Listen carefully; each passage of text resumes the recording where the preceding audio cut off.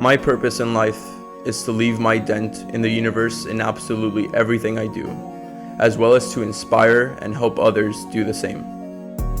For someone to leave their dent in my life is a privilege.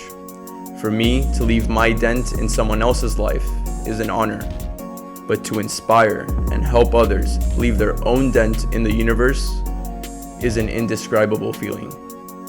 I plan on doing this through this podcast by celebrating my guests and inspiring my listeners, all while leaving my own dent in the universe and helping others do the same. My name is Fer Andrade, and this is Denting.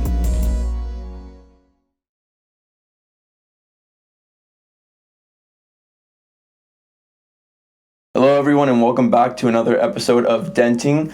Today I have another special guest. Glad to have you back on here. Definitely been looking forward to this. Alicia Wilson, how are you? I'm not too bad. How are you? Very excited. Very excited for this. Back, yeah. Welcome back. Yeah, I just told you right now that I have a lot going over because you've done a lot, and it's actually very exciting for me because something I look forward to is inviting people back just to create that connection, because the reason I started this podcast was to meet people through this way and have these sort of conversations.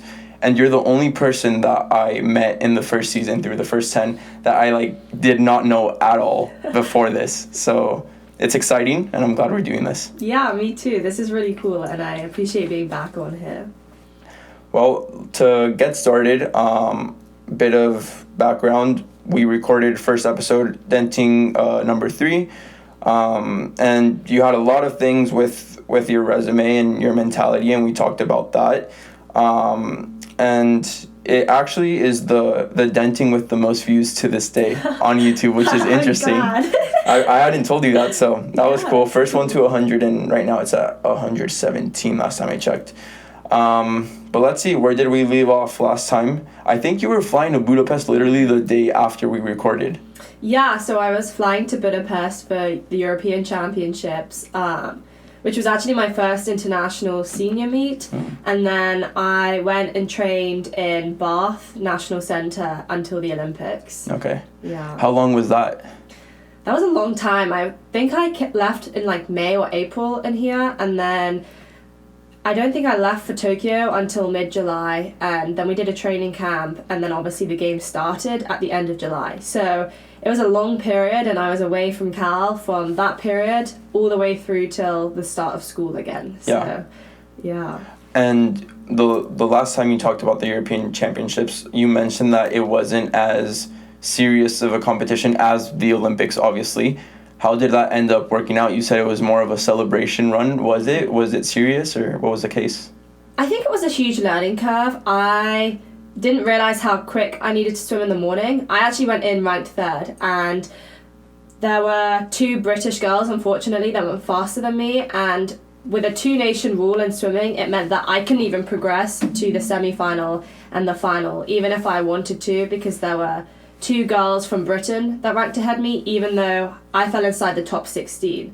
So that was really hard, because I'd kind of come off April and the championships and being on a really high and wanting that to be my celebration, but it was what I needed and kind of put a spark under my bum, I guess, and had me go through to the Olympics, but it definitely made me nervous. It was not what I thought it was going to be. Okay, so it humbled you down a bit. Okay. Yeah. And after that, I saw actually you didn't compete in the IM at the European Championships, did you?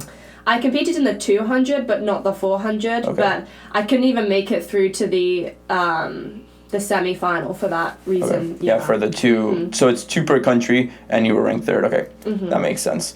And then Tokyo happened in July, you said, training camp in Yokohama. Mm-hmm, yes? Yeah. How was that experience? Obviously, you went from the U.S., competing in the U.S., specifically in California, specifically in Berkeley. I'm mentioning that because there's all different restrictions in Berkeley, and then in California, and then in the U.S. So a lot to go on there. And then in the U.K., and then in Budapest, and then in Tokyo. How was the traveling experience in the sense of COVID restrictions? It was crazy. I remember it taking about 2 to 3 hours to get through the Japanese border security, for example, and being fast-tracked through all of these Special Olympic lines, and it's still taking about 3 hours for doing about 4 COVID tests, and just getting kept back for so long. It was so strict because obviously we were also coming from the UK, which was red listed. And so we were lucky we didn't have to isolate, but it meant that the precautions we had to take were huge.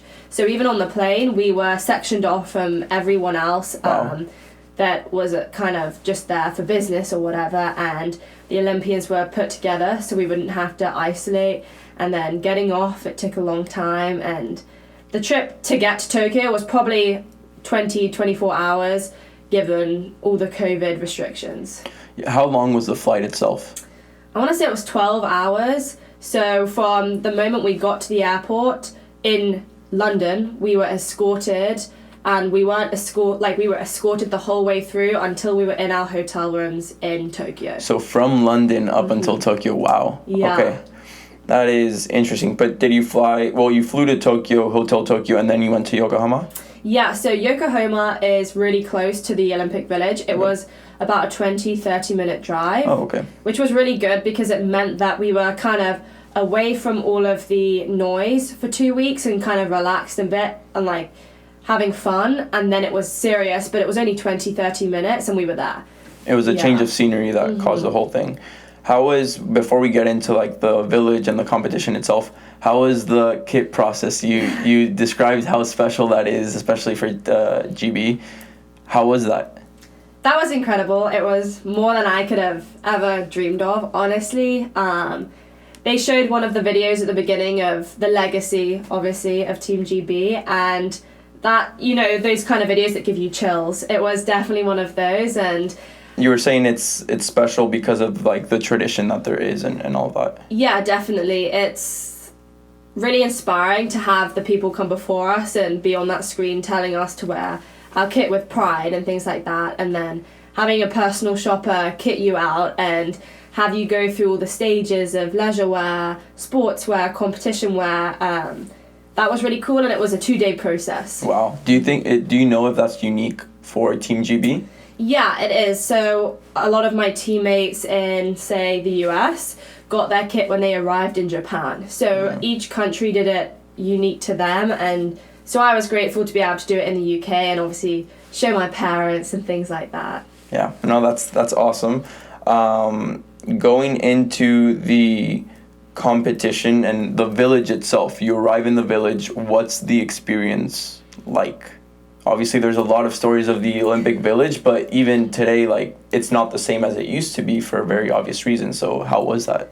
It was definitely strange. Obviously, everyone with masks and having to put gloves on and check your bags and things like that. It was extremely strict, and waking up every single morning to do a COVID test before you could do anything else and things like that made it super weird. And even just getting off the bus to the pool each day and seeing all the camera crew and the VIPs and things like that, you'd expect to go into there and see a full stadium, and you would go in and it was empty. Yeah. And that was absolutely crazy to me, and just knowing that all those cameras were a lot of eyes because no one was there. So everyone following you around was the audience. Yeah. No, that's very interesting in a way. Like, obviously it's not the same amount, but for example, like, it's you and me talking right now, and in the previous episode 100 people watched it, and it doesn't feel like it, but I can't imagine having millions of people worldwide just like staring at you through a camera live. Yeah. You know, because I mean, this I can edit any moment, but in that moment, like, everything that's happening must be crazy. Do you think you realize that in the moment? I really didn't. I was definitely swept away with it. And then I remember after my first race, which was the heats, kind of, you know, in a normal race, you'd get out the pool and go to the warm down pool and reflect. And the minute I was out of the pool, you were whisked away to media, and that took about 15-20 minutes to get through. And you'd have the British Broadcasting Company, then you'd have NBC, then Universal, and all those type of channels, and you'd have to stop at each one and have an interview, no matter how good or bad your race was. And that was kind of when it was like, oh my gosh, I'm actually here. Like, you know, this isn't a race rehearsal, because I was thinking, you know, it doesn't feel real, there's no one here. Yeah. And then you get to that point and you're like, my mum and dad are watching this back home. Like, it's actually kind of real. No, that's awesome, and I didn't know there were that many interviews, so that's very special. Real quick, how long were you inside of the Olympic Village? Because I know your competition was for 2 days pretty much.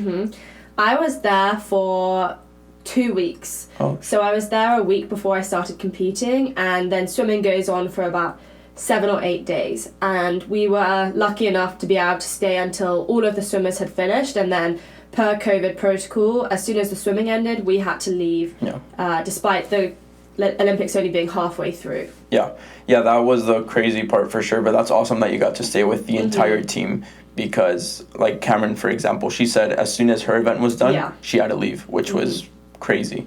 How were the COVID tests? Were they also saliva for you guys, or were they the PCR? We had a mix. We had a PCR in Yokohama every day, and we had obviously the spit saliva one every morning in the athletes village. So we actually had people that had tested positive months before, and they were put straight into the village because the saliva tests were less sensitive to the PCR tests. So they were less likely to get triggered as a positive, which was really crazy that was even something we had to factor in. Yeah, that's very crazy, like factoring all of that in on top of like the biggest competition of your life, you know? Was were there any mandates with vaccines to even get in? I honestly don't think so, because I remember there being a lot of uproar about one of the American swimmers not being vaccinated, and he was a key person for Team USA, and a lot of the media and the public were disappointed in his decision. And I know that everyone on the British team were vaccinated, and that was a requirement within our team. But for a bigger country like America, I think just with politics and things like that, and the freedom and choice, that wasn't as black and white. It's obviously very polarized. I talked about it last night with Kat as well, and we dropped into the politics, but separate from that, how was the competition itself? You had 3 races in 2 days. Take me through the first heat, which, I mean, you were in the 3rd heat and you had a time of 2:10:39. How was that? That was good. So we actually, unlike any other Olympics and any other competition, we had the heats in the night and the finals in the morning, because then more Americans could watch it on the TV, given they couldn't be there. So it would normally be flipped, and that's why my fastest time is the heat swim, because I'm so used to getting up and swimming a final in the night. And I don't think I've ever been more nervous in my life. That was honestly terrifying. I was kind of like, I have one shot, and if I mess this up, that's my Olympic campaign over. And then I got through to the semi-finals in a good place, and I remember getting up the next morning, it just being so hard, because you'd have all your caffeine in the night, and you had to swim fast to make it back, obviously. And just waking up and being like, oh my god, this is a semi-final and it's the morning, firstly, like that's so strange to me. And I remember feeling so tired and being like, oh, this is gonna hurt a lot. And then watching one of my teammates win the 200 free, watching actually Team GB go 1 and 2, but Tom Dean, the person that I trained with in Bath, watching him win all of a sudden, and as someone I've grown up swimming alongside, that was the thing that I was kind of like, no, this is what the Olympics is about. I'm gonna get in that final. I don't want to watch it. I want to be in it. And I also remembered at Europeans not even being allowed to swim again. So that was kind of the spark that I needed. And I think by the time I got to the final, it had started catching up with me that I was at the Olympics, and just managing my energy became so hard. And I think that's where I tumbled a little bit, but just to be even in that final was my dream come true, and that was my goal. So as bitter as I am when I look at the time of the final, there's no part of me that can complain.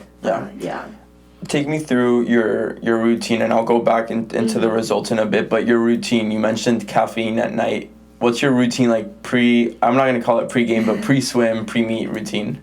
So the semi-final and final, they were in the morning. So what the team managers had us do, and all the performance and things like that, we woke up to like lights, like Lumi lights that were cued to wake us up at about 5 hours before our race. So if we were racing at 10, it was early that we were getting up to try and get yourself awake and moving. They then had you on a spinning bike, really low intensity, but again, to wake you up with lights in your face. And then at that point, you kind of went out over to breakfast, and then the race started to set in, and you got the bus obviously over there, and then a lot of coffee. In each athlete venue, you'd have a snack bar, fridges full of drinks, all the different sponsors, coffee and things like that. And also within the Team GB space, we had the same, we had Keurig machines, Nespresso, things like that. So that's when I would kind of fuel up, and then it was warm up. We put on heated garments because in swimming it can get quite cold. Over my suit, and then it was go time. Interesting, yeah, and I can't imagine doing that 3 times in the span of, I mean, what was it? It wasn't 24 hours, it's probably 36. Mm-hmm. That's crazy. Yeah. That is crazy. And, well, you go through that routine basically 3 times. You get to the final. Your semis is pretty much the same time. I mean, 0.2 of a second later, but it's still you're still there, you're in, and then you get to the final, and like you said, you said you were gutted. That's what you texted me. I have it here. The final result was gutting, but it was a dream to be there regardless. How do you balance that in the sense of gutted with the result, but you were there? You're an Olympic finalist. That's so pretty awesome. What's your take on that? How did you find that to be? I think going in, I was like, okay, well, I'm going in 8th. I'm going in last into this final, and what's the worst that can happen? I come back out 8th, and that's obviously what happened. So I knew that was a possibility, but I couldn't be disappointed with that. And I think had someone told me a year before, or when the pandemic broke out, that I would be an Olympic finalist, as you said, I don't think I would have believed them. And even with those times, I don't think I would have believed them. So I was so upset after the race, but I had to put it in perspective, because that's one thing that I've learned from these past few years, that perspective is everything. Yeah. And once I put that into perspective, it was kind of no, that's pretty cool, and I can't complain with that. And it has fueled me to keep going, and I watched a lot of my teammates get those medals, and then I was kind of okay, no, I want to do that again, and I want to do it in front of a crowd in Paris, nearer to home, and really ride that wave again. Yeah. How was, I mean, you described the energy and how you had to manage that. Were there nerves involved, or what was the case? Because 1, I'm not a swimmer. 2, I'm not an Olympian. 3, I'm not a finalist. But a 2-second difference, I feel is a bit. So was that the energy? Was that the nerves? What do you think it was? I think it was a bit of everything, honestly. I think I kind of let that one go. I didn't feel as sharp, and I wasn't in the race as much as I wanted to be towards that last 50. So that last 50 was slow, and that was probably where I added that time. But yeah, I think it was the energy that it took to even just be at the Olympics. It's a hard concept to explain, but it feels like you've been kind of battered at the end of it, and even just checking my phone after each session, it would be full of messages from people back home, and as endearing as that is, it was super overwhelming. Probably about 200-300 messages from different people after each race, and those kind of things, and then ringing my family, ringing my coaches, catching up with everybody in between that. I think I got to the final and I was oh my god. Because that's the thing, it's a span, but it's 36 hours. I don't think even I don't understand that right now, and to be 200-300 messages after every race, 36 hours, it's damn. And then you're competing at basically your dream come true. It's a lot. So that's definitely special and unique, and something that must be, I don't know, a pro feeling, I guess. So yeah, sorry for filling up your messages, but I mean, top 10 in the world. I don't think many people can say that, so congrats on that. I remember during that time I told Cameron the same thing. Well, when Cameron competed, she competed like a week after you did. And I was right there. I had just got in surgery like 3 weeks ago, and I was like sleeping in a lot because my body was just still tired. And she competed at 4 a.m. like Berkeley time. And I had no problem waking up for that. I was like, yeah, very excited. And with you, I mean, it was a week earlier. So I was like starting to stand up. You were on and I was like, no, I was up. I was like jumping on one leg. It was like, go, go, go. And it was awesome, you know, to see someone that's, well, like I told you in the text after the final, like to see someone that I know and that's within the same athletic department, it's just awesome. So congratulations on that. After that, like well, I mean, not even post-Olympics, but within that, did you get a chance to talk with your Cal coaches while you were there? Because I know specifically in the 200 IM, within the top 3, 2 were American, and I know your coach from Cal coaches in Team USA, not as a head coach, but she was still there. Did you get a chance to see her or talk to her? Yeah, I actually did. Every day that I was there, I got to see and talk to her, which was really nice. And I think that was where she became more of a support system at the games. You know, she wasn't as much my coach and giving me technical feedback and things like that. That was kind of the job of the British coach that I had been working with, and she was very respectful of that, but she was the moral support that I needed through that. And she hands you window box cards before each competition, even, you know, the dual meets that we do here.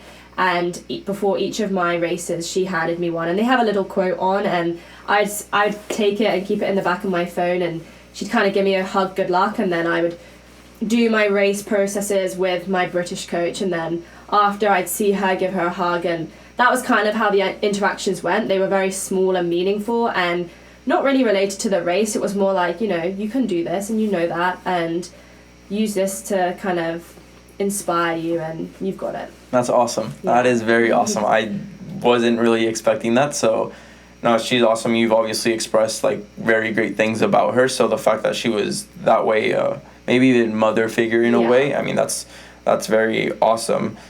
Speaking of the dual meet, I finally got the chance to go to one, and interesting enough, it was against Virginia. Interesting for, I guess, 3 reasons, right? 1, they're the defending national champions, so it was a great race.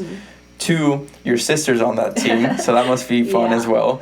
And 3, the second place in that from Tokyo in the 200 IM swam there as well. So what was that experience like coming back?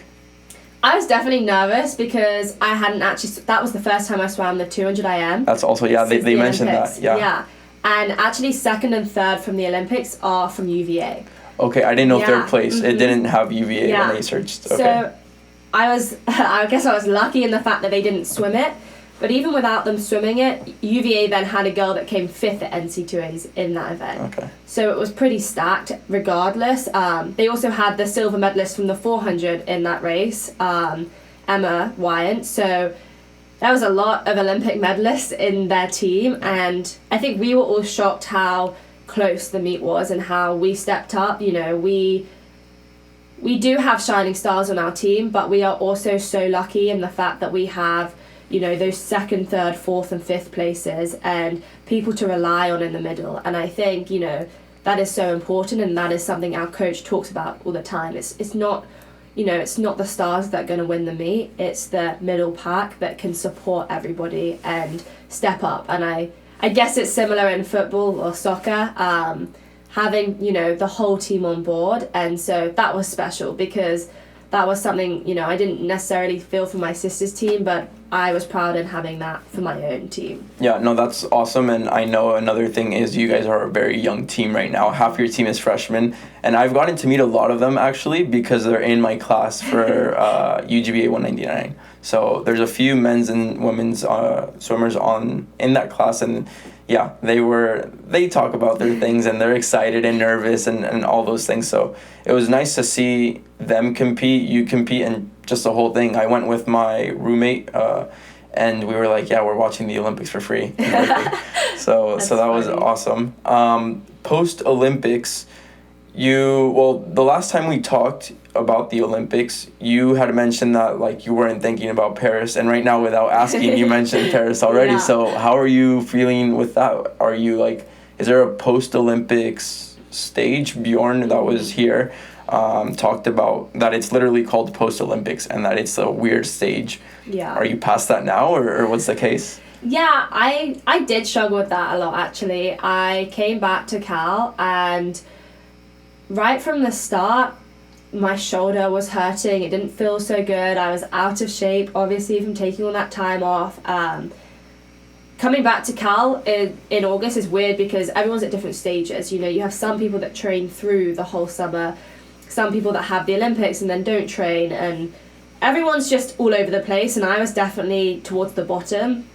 And that was hard because you go from such a high, competing against the world's best, to not even being in the middle of your team. And that was like, oh my gosh, like, am I ever going to get back to where I was at the Olympics? And, you know, I'm in pain, firstly, with my shoulder, like, don't know what to do with that. And I remember kicking a lot of sessions and not being able to use my arms. And all those little stresses, and getting over that hump slowly, and then kind of using the UVA meet as a confidence booster, and now building off of that has allowed me to think further ahead and be excited for this year, and then the prospect of another Olympics and things like that. But I'm sure, as Bjorn mentioned, it was tough, and at first I was like, it's just a silly concept, like I'm sure it's not actually a thing, but actually I was like, wow, where do I go from here, and can I ever get back to where I was? Yeah, that is, it must be very difficult to go through that transition between,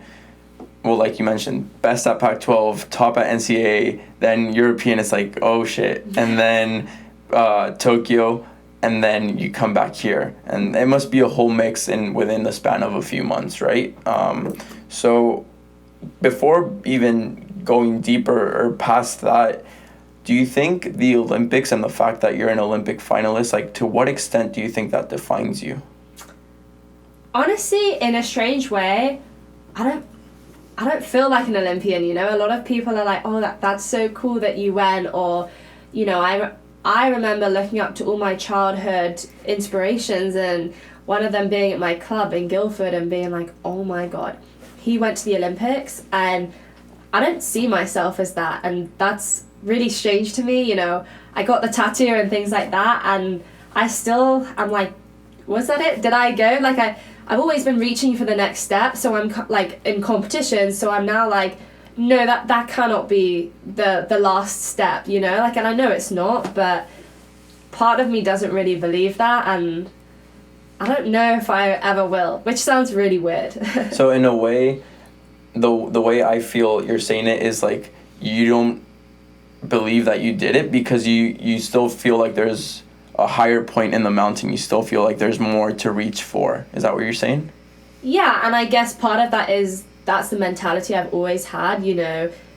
When you go to counties, you're then like, no, but there's a regional level, I want to get there, and then there's a national level, and you keep going, and I guess the Olympics is the final destination for us type of athletes, and I'm kind of like, did I go? Like, did that actually happen? Because I've dreamt of it for so long, and it was so different to what I expected with the lack of crowd and things like that, but it was also such a dream come true that I'm like, maybe I'll wake up and I didn't actually go, you know? And I'm in swimming, and I obviously do have that expertise now, but at the same point, I'm just as kind of intimidated by other people, or I stand behind the blocks and I don't feel any different, you know. Sometimes in my head I'm like, no, come on, like, you can do this, you went to the Olympics, Alicia, but in my head it still doesn't carry that much weight, which is crazy because it's been the pinnacle of my sport for so long.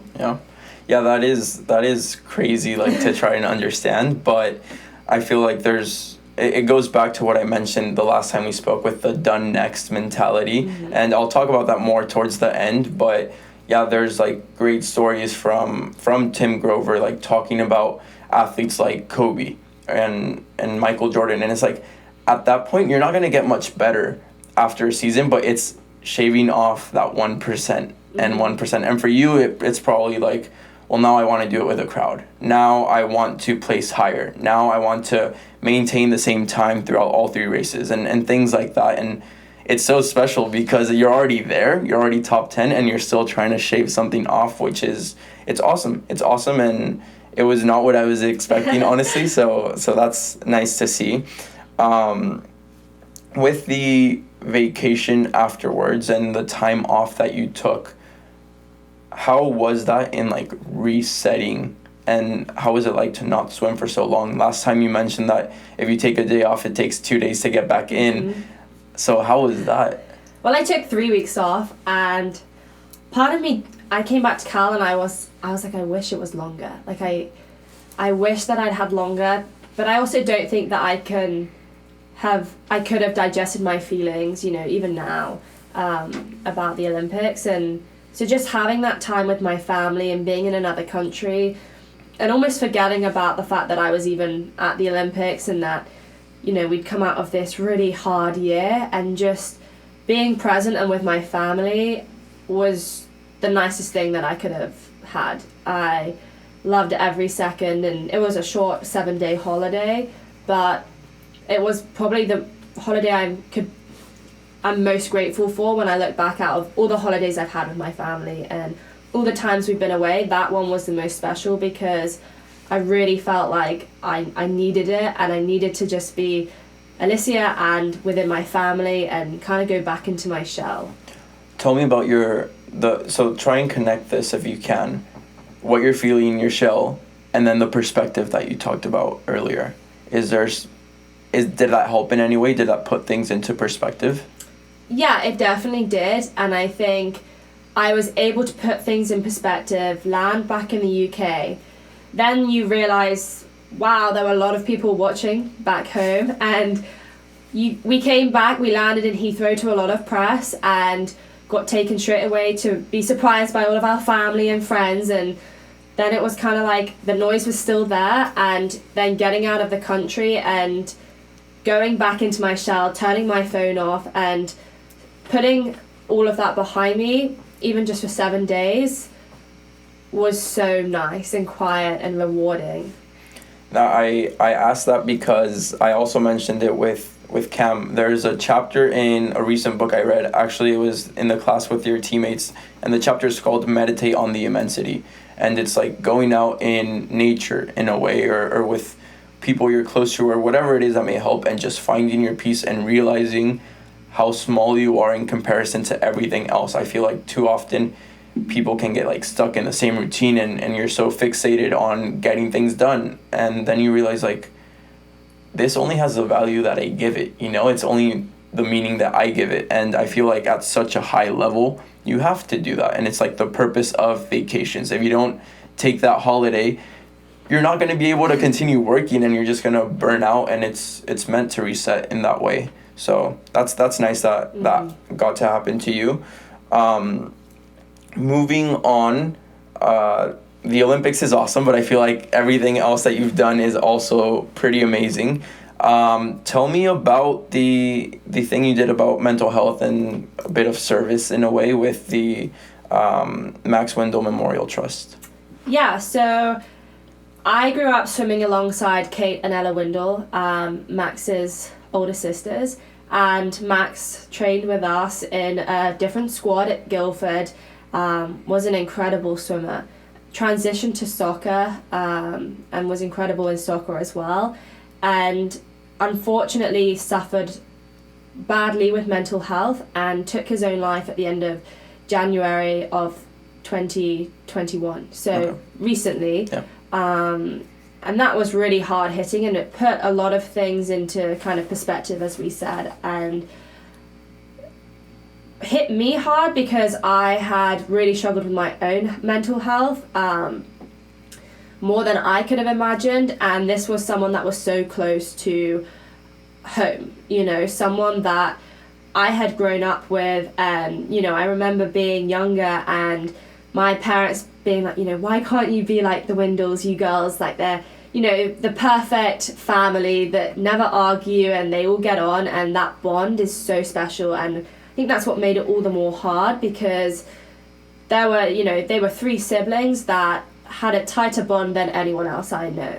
And that broke me, that knowing that, and made me just absolutely devastated. And being so far from America and detached, you know, especially in my third year, you kind of lose the closeness of those contacts. So with all of that in mind, and then setting up the Max Windle Memorial Trust to help other people in the same situation that Max was in, made me want to give back. And you know, it was his goal to play at the highest pinnacle of sports, whether that was in a Champions League or an Olympics and things like that. And you know, I remember getting my kit at kitting out day and being like, this is really special, but I want to do something with this kit to help this trust. And so then when I went to Tokyo, I went with the mission of being like, okay, I'm gonna get everybody on this team to sign a top of mine, and I'll raffle it off or I'll auction it off. You know, I hadn't quite decided yet, but I was like,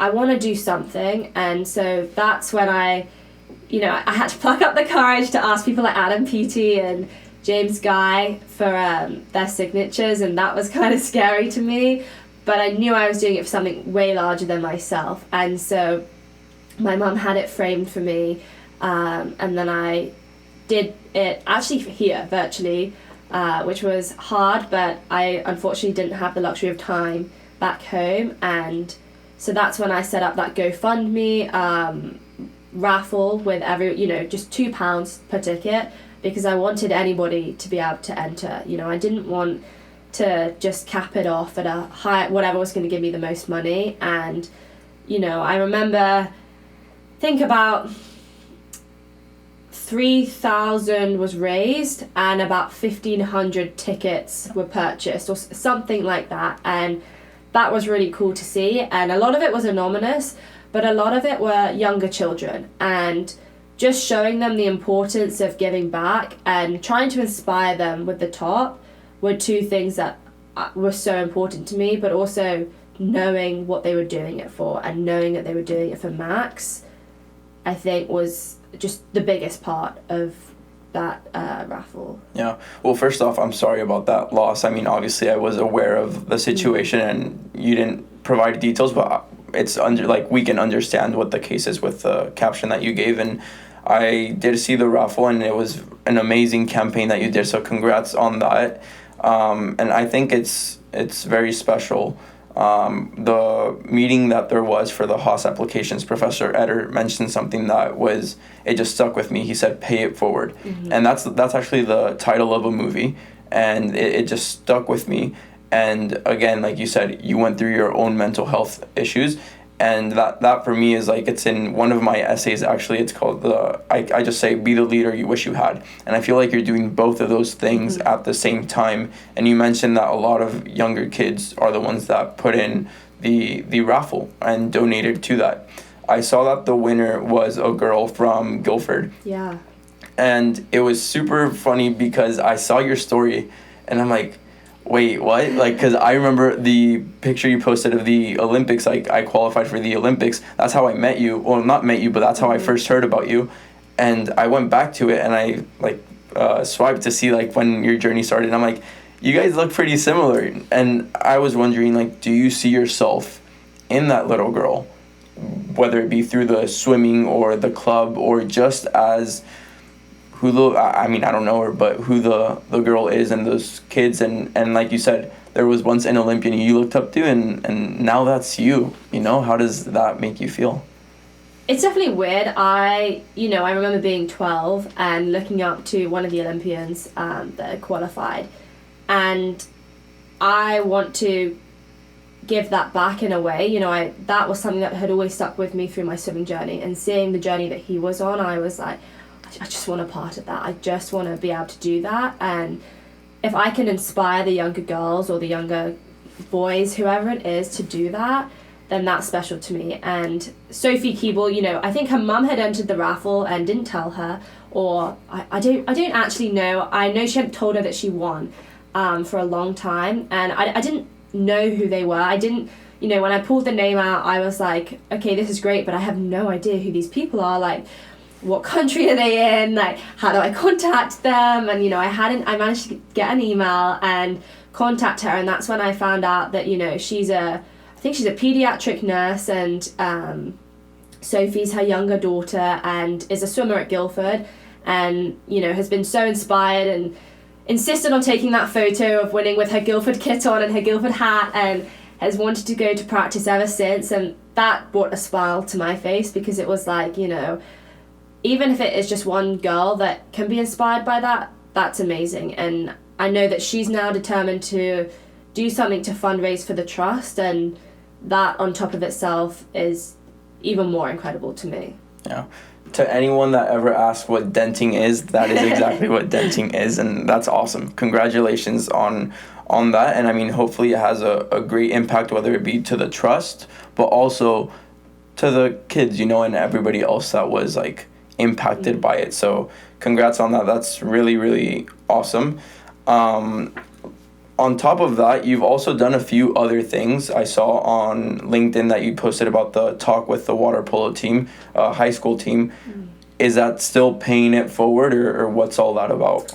Yeah, definitely. I think I realised I'm a lot closer to the end of my swimming career than the beginning. Okay. And I'm not going to be a swimmer forever, but if I can pass some of my wisdom or my experiences on, then I'll do that in a heartbeat. And so I was actually contacted by a charity called Hurricanes, that works with, you know, empowering women and trying to give talks to different levels of girls and women and inspire them. And, you know, it's just as much as I want to learn from some of the people within that charity, I wanted to be able to pay it forward. So when I met with the two founders, Garen and Lara, I wanted to bring Hurricanes into Cal, but I also wanted to be able to give back. And so they managed to, they were doing a speaker series with the water polo pioneer school in San Jose, I think it is. And they were like, you know, will you come on and talk? And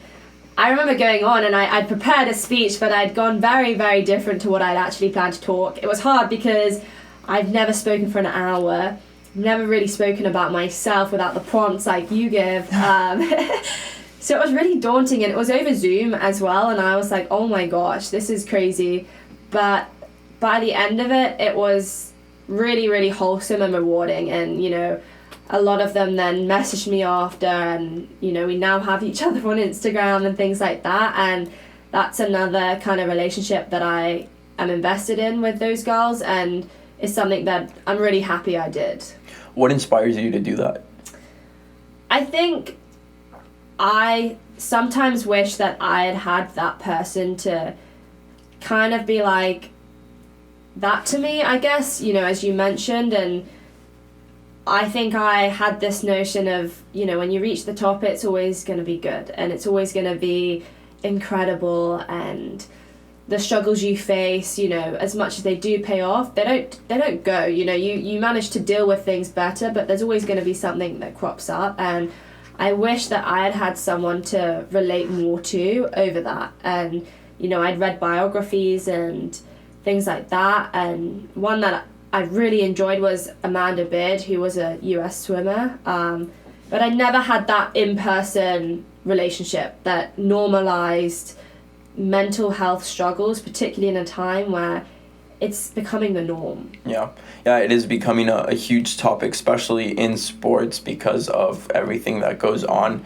But I think it is special. I also didn't realize it was only, I did realize it was only for women, but I didn't realize you took that aspect into things as well, because it connects to something that caught my eye. I'm not going to go into details because I'm not sure if I'm allowed to, but with the essays that you helped me out with and you showed me yours, you mentioned like the feminist aspect to things and how you look up to Rebecca Adlington, Jessica Ennis Hill, Michelle Obama, the Iron Lady, and then your idol Gertrude Ederle. Mm-hmm.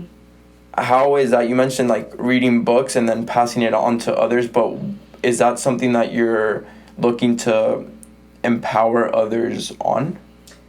I'm not sure. I definitely think so. You know, I think honestly the biggest part of why I came to Cal was Coach Teri McKeever, and I remember being with my dad and hearing her speak in the basketball court when I came to visit about her struggles as a female head coach in a sporting industry and the empowerment that she beams, and then linking that to Gertrude Ederle and those kind of people made me think, wow, I want to kind of give back in that way too. And I think it's hard not to when your mentor and your coach does it so effortlessly. I think if you talk to any of the Cal women swimmers, they have this passion to pay it forward, particularly to young girls, because we are inspired by our coach, and I guess it's a ripple effect and trickles down to us as well. That was literally my next thing. It was Coach Teri, and you mentioned there's obviously all sorts of winning, the amount of people she's sent to the Olympics, everything she's won, all these recognition, but you say that the best thing is how she empowers others around her. And I mean, that's really special, and I think it also leads into your team culture and who you guys are as a team. I feel like where do you think your culture comes from? Something that I view as maybe different is that you guys, I've seen it on Instagram, for example, you guys do the team picnic or the pumping painting or things like that, where it's I know it's probably designed so that you guys aren't going out, but it's still different from everybody else. I'm not sure too many teams would get together that way, and to be that disciplined. So is that all from her? Is that from the team? Is it a combination? I think it's a combination. You obviously have your seniors and juniors that then pass that on to the freshmen, who then become upperclassmen, and then it's a cyclical effect. And I think that culture has been molded over time by Teri, but it's everybody's choice. You dedicate so much time to your sport, and swimming isn't easy in any way, and you've got to make it worth it whilst it lasts. And I think the message that she sends is very much, there'll be a time where you look back and these will be the greatest moments. Not the times or whatever, but the memories that you have with each other. And I think that's when the pumpkin carving and the picnic becomes so important, because it's a finite time that we're here and these memories will last a lifetime. So, whilst we do have the discipline of being sensible in season and with COVID and things like that, it's also fun to be able to relax with the people you also kind of go to battle with, I guess, and it is something we've made a lot more effort on this year, because we have 16 newcomers, and doing those type of activities is when we can get to know each other. We're a non-talking sport. We can't really talk in the pool. Yeah. So I guess that uniqueness is fueled by the nature of our sport, but also by the culture that has been passed down by each class and the coaches as well. That's so interesting. Well, the first thing is, it's very obvious, but I hadn't put two and two together thinking that it's a non-talkative sport. For us, we're talking all the time, and it makes sense. But it's interesting how, let's say, Coach Teri pays it forward and inspired you to pay it forward to someone else. But then even within your own team, she paid it forward to the seniors and juniors, and then you guys pay it forward to the next class and the next, and it's a cyclical effect, and that's special. I feel like even though that may be the role for a coach at that level, it's not necessarily what everybody does. Some people find a way to win without doing that, but I feel like this has a greater impact, and I think that's what makes it even more special. But you did mention that there is a individual aspect to it. Obviously, it's how bad you want it and what you want to accomplish, and you mentioned times are limited, whether it be with the free time that you have, or your career as a swimmer. So what habits have gotten you to where you are right now, and what's a daily routine, a day in the life of Alicia? I think honestly the biggest thing is the mindset. And we get up super early and we go to practice, and then we fuel, go to class, go back to practice, and fuel again, and it's continuous and things like that. And I think my biggest habits is nothing physical, more mental, in that I'm getting up and I know why I'm doing it. I'm doing it for my younger self that loved to swim and enjoyed it so much that she was so excited to be able to splash around. And for moments like walking out at an Olympic final and being able to be at the UVA meet and when one of us wins, just everyone erupting, and that those little moments is why I do it. And I think that mentality that's become a habit, especially when I not wanting to do it or just wanting to stay in bed, remembering why I do it is, I guess, why I've been successful. And it is something that I've worked on my whole life, and I will continue to work on it. But I also do think that it was very strong from a young age, and that discipline and that drive, if I set my mind to something, nothing is going to get in the way of that, Yeah. And I think it's not so much a habit of being, disciplined with my eating or something like that. It's more a habit of conditioning my mind. Okay, interesting. I mean, it's very relatable, but I would, personally, I do think there is, conditioning myself to certain diets or something like that. But it is the mentality aspect. Well, it all is mentality, but I never thought about it as conditioning your own mentality. So, interesting. And then there are further limits. I'm not sure if you're allowed to talk about this, but the Olympic tracking with the app that you have to put things into, are you allowed to or no? Yeah. Okay, what is that like, and what is it called? Is it called, I know there's one for UFC, it's like USADA. Oh, the drug kind of. Yeah, so is it that same one? We have one called Adams, and basically what it is when you do get to the top of your sport and you are on a national team, there is an expectation in sports that you do it clean. And I think, that is just so important and doesn't even need an explanation. But the thing that comes with that is obviously the honesty and integrity of being tested. And so for the British people, it's an app called Adams that you put your whereabouts in every single day, where you're training and then where you're sleeping at night.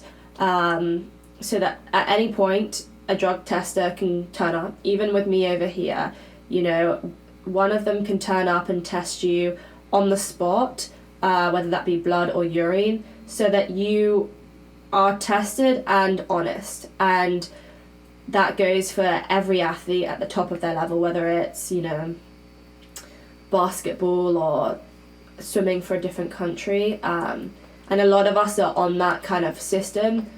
It's obviously called a different thing for each country, but that is hugely important. And I think, especially where we are with the day and age of being able to bypass certain rules, it is super important. Yeah. No, I mean, obviously it's not something that it's going to affect you because of your habits, but it's very interesting to me how tracked that is. And it makes sense, but it's sad that it even has to be a thing, Yeah, definitely. And I think that, even at the Olympics, there was a lot of kind of grudges against certain countries. The ROC were not Russia, they were the ROC, and the politics of allowing certain people with drug offences to compete does put a tinge and, I guess, a grey cloud over the sport. And that's just that's not what it's about, and I think it's hard to put into words, but everyone does it for the fun and the enjoyment of it, and there's no need to kind of put those things in your body. And unfortunately we do have federations that do that, or individuals that do that, and if it means getting tracked every single day, I think every athlete would say that they'll sacrifice that. Yeah. I mean, it's worth it for the integrity of the sport, and it's just so sad to see that the competition becomes so superficial to the point where you're willing to cheat to get it done. And it's sad because it takes away the fun part, like you said. Even though it's so competitive, I mean, there's still that aspect of why you're doing it in the first place.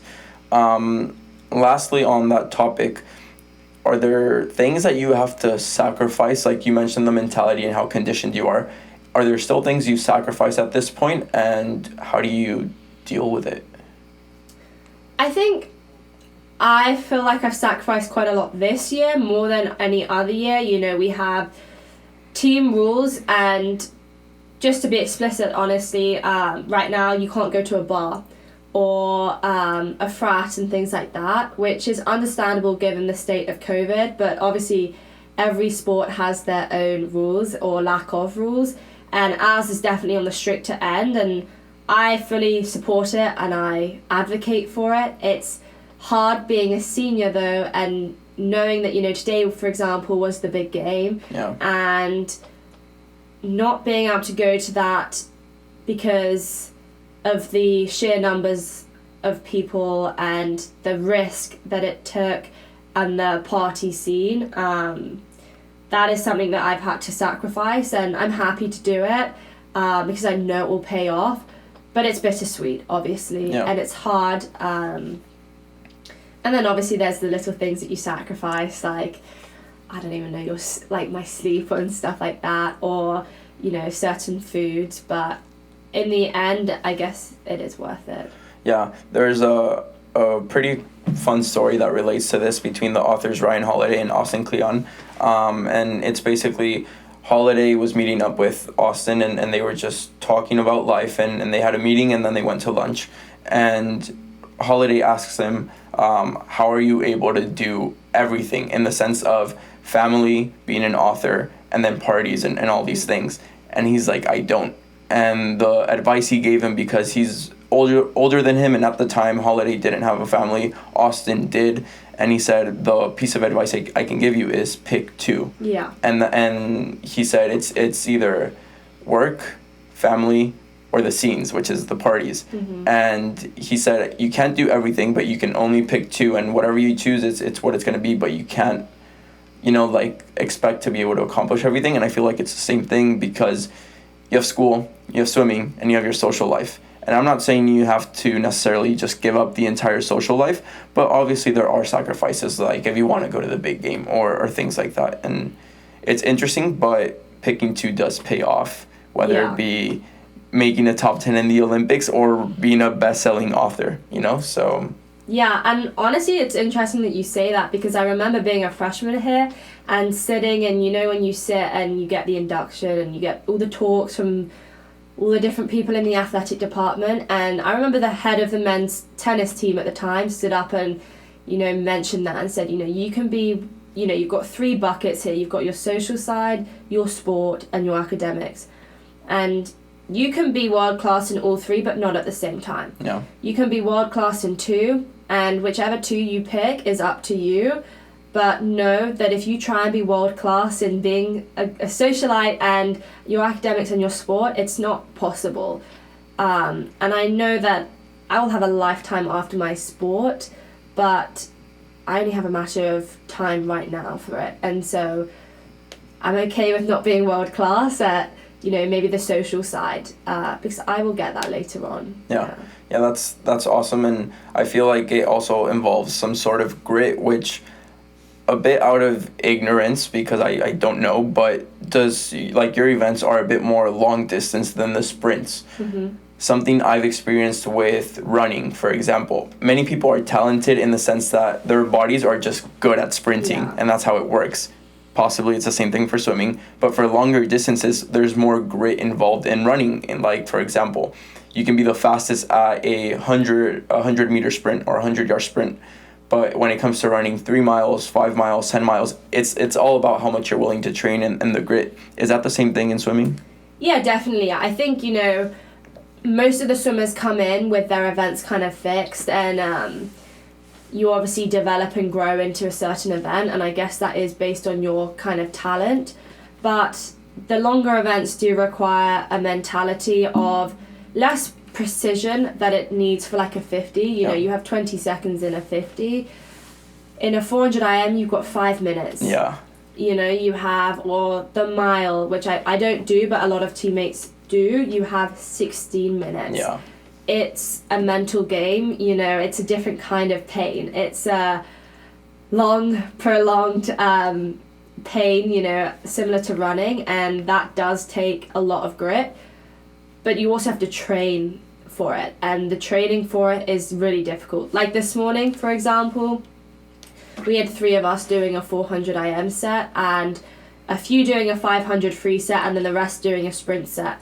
And you look over and they're standing on the side of the pool, and, you know, it's so easy to be like, oh, I wish I was over there, you know, and they are working hard, but it's a different type of hard. Yeah. and there's us that are, you know, struggling to breathe, so out of breath, but we have to keep pushing because we've got to put our bodies in the same pain that we're going to have in the race, and that takes a grit, you know, and it is very similar to running and training for those events. No, it was just something that stood out, and with everything you've mentioned, it makes sense that you're in that long distance aspect of things. To start to close out, the book that I had mentioned, The Ego is the Enemy, that I read with your classmates, one of the reasons I started this podcast, there's many reasons I started it, right? But the most important one is to meet people and to learn from other people. One of the phrases that I have is study the greats to one day become one. And I think that the beauty in that is that many people look up to like the biggest names, biggest stars, and think, those are the greats. And I think that there's a beauty in realizing that the greats are around us, whether it be people that we agree or disagree with. I feel like everybody has something to it. And I mean, I mentioned that the last episode really stood out to me. And there's a quote from this book. I read on Kindle, so I take notes all the time. I highlight everything. And there's a quote that reminded me of our last conversation. It says, Bo Jackson wouldn't get impressed when he hit a home run or ran for a touchdown because he knew he hadn't done it perfect. And my note for that was literally Alicia, when she said that the personal best earlier this year just weren't the same. And it literally, like the next sentence just says, this is a characteristic of how great people think. It's not that they find failure in every success. They just hold themselves to a standard that exceeds what society might consider to be objective success. Because of that, they don't much care what other people think. They care whether they meet their own standards. And these standards are much more higher than everybody else's. And that kind of comes with maintaining your own scorecard, which is the title of the chapter, and having your own standards. How do you deal with that? Because there is the objective success, there is the personal best, there is the Olympic finalist. But for you, it's like it seems like it's not enough or not enough yet. Mm-hmm. What standards do you set for yourself, and what makes you that great person that Holiday is talking about to continue pushing?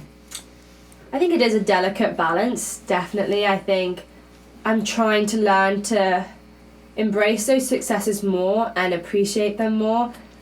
But I think part of the reason why, you know, I guess my Achilles heel, but also why I'm so successful is nothing is ever good enough, and I want more. You know, I always want to get to the next level. And you know, I remember texting my coach back home after that Olympic final when I digested my feelings and being like, you know, I'm really gutted, but you know, I think I can do it in Paris. You know, I feel motivated now to do that. And I guess the standards that I have for myself, you know, isn't necessarily I'm not good enough or this, that, or the other, but I see kind of what other people are doing, as you said, like looking to the next level each time, and I'm like, I want to be that, you know, and that's the standard that I hold myself to. You know, a lot of my training partners are Olympic champions or world record breakers and things like that, and I see that and I'm in awe of that, and I desperately want to do that too. And I feel like it's a little more palpable now, having gone to the Olympics and having done what I did last year. And that doesn't discredit my achievements, but in a way I want to keep doing more. Yeah. If you could describe winning and the feeling that is, or the experience, in one word, what would you say? I'm not sure. That's hard. If I could describe winning in one word. The feeling that you get, why you do it, something like that.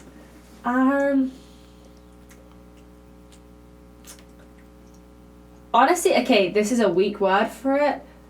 I'd say fulfilling, because I think it's that feeling, you know, where you're overcome with so much emotion, and I guess actually overwhelming might be another word. I think I personally set the bar so high for winning. You know, I might win a race, but that doesn't necessarily mean that you've won. Yeah. You know, I remember touching at the Olympic trials and seeing that time and being like, okay, no, that's a winning feeling. You know, I may have come second, but I just went 2:09. I went the fifth best time in the world, and I didn't even think that I could go a 2:11, you know, and it's that feeling that your whole body is kind of in shock and overwhelmed with the feeling that you did it, because that bar is so high. You know, I set it high that I don't ever think I'm going to reach it, and it keeps moving as I get near it. So to kind of get that winning feeling is to get that bar, and that's a hard feeling for me to capture because that is so high that I'd say it's pretty overwhelming when I can do it. Yeah, I mean, it is an overwhelming sensation just to continue raising, and the done next aspect, especially at such a high level. And I just bring that up because it's actually one of the questions in the Tim Grover's new book, Winning. He's the author of the phrase I talked about with the done next, and it's something I really identify with, but I also see it in you and that cleaner mindset. And it's something that's pretty awesome. And I don't know, I figured you'd like it, so. Oh, there you go. Thank you so much. That's made my day. That's insane. Thank you. So hopefully you enjoy it a bit, but it talks about all sorts of things. Oh, this is going to make me well up. Oh, thank you so much. No, anytime. Thank you. I hope you enjoy it. And I mean, it really helped me out, and hopefully it will to you as well. And as you start competing, I know there's a big meet in Minnesota coming up, and then Paris in a few years now that you're thinking about it. So I have a lot more to talk about, but we're short on time. So is there anything I missed or? No, I think you hit it all. I think that I just feel super grateful to have these opportunities and have someone like you as well that can shed light on everybody's experiences, no matter where their journey is right now. And I wish more people would do that because it's so important. And so I just feel super grateful. Yeah. Well, thank you for being here. I'm grateful that you trust this podcast with your story and that you're back here. Hopefully we can do it a third time after next season, and we'll see what happens after that. But with the time and what you have coming up, I think we should cut it. So that's it for today. Thank you to everyone for either watching on YouTube or listening on Spotify. If you're on YouTube, please like and subscribe. If you're on Spotify, just follow the podcast, share it with anyone you think would find this helpful, and I'll see you guys next time. Thank you so much. Thank you so much for listening to today's episode. Make sure to subscribe to my podcast and follow me on my personal social media accounts for more, all at Fer Andraes. All links are in the description. If this episode inspired you in any way, please help me out by sharing it with a friend to help them leave their dent in the universe as well. That's it for today. I'll see you all next time.